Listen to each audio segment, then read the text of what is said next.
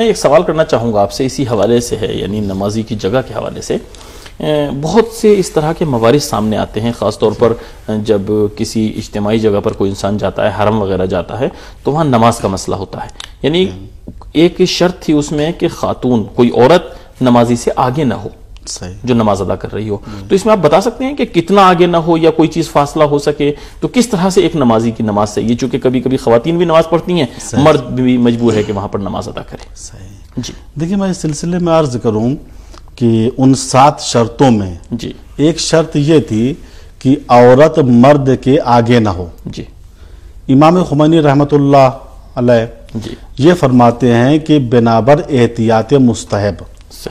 عورت مرد کے آگے نہ ہو۔ اگر کوئی انسان ان کا مقلد ہے اور اس صورت میں عورت آگے ہے مرد پیچھے ہے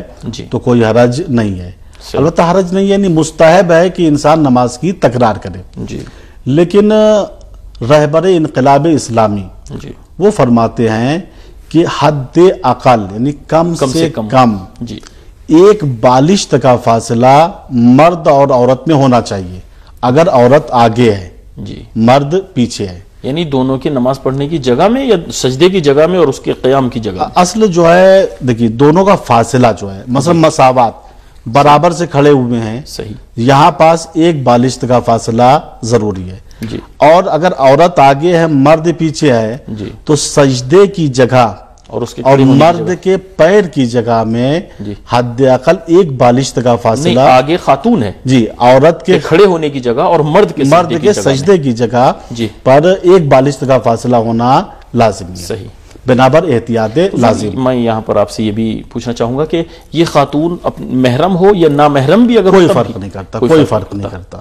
چاہے محرم ہو چاہے نامحرم۔ البتہ قول مشہور کی بنا پر اور آیت اللہ العظمیٰ آقا سیستانی کی نظر میں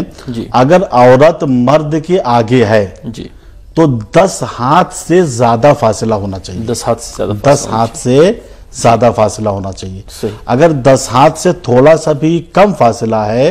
اور دونوں نے ایک ساتھ نماز شروع کی، دونوں کی نماز باطل شمار ہوگی۔ یہ سیستانی صاحب کا نظریہ، جی آقا سیستانی کا نظریہ، قول مشہور کا نظریہ بھی یہی ہے، 10 ہاتھ سے زیادہ کا فاصلہ ہونا چاہیے۔ اور ایک چیز اور میں عرض کروں کہ یہ اس صورت میں ہے جب مرد اور عورت کے درمیان کوئی چیز حائل نہ ہو، پردہ نہ ہو، دیوار نہ ہو، کھمبا نہ ہو،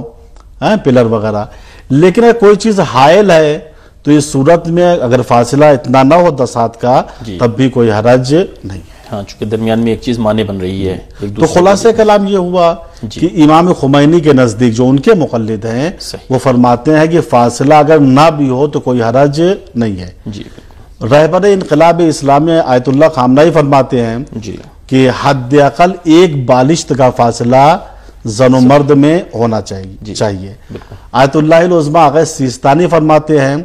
کہ 10 ہاتھ سے زیادہ فاصلہ ہونا چاہیے، اگر 10 ہاتھ سے کم فاصلہ ہے تو دونوں نے ایک ساتھ نماز شروع کی ہے تو دونوں کی نماز باطل ہو جائے گی۔ جی بالکل، بہت شکریہ حضور۔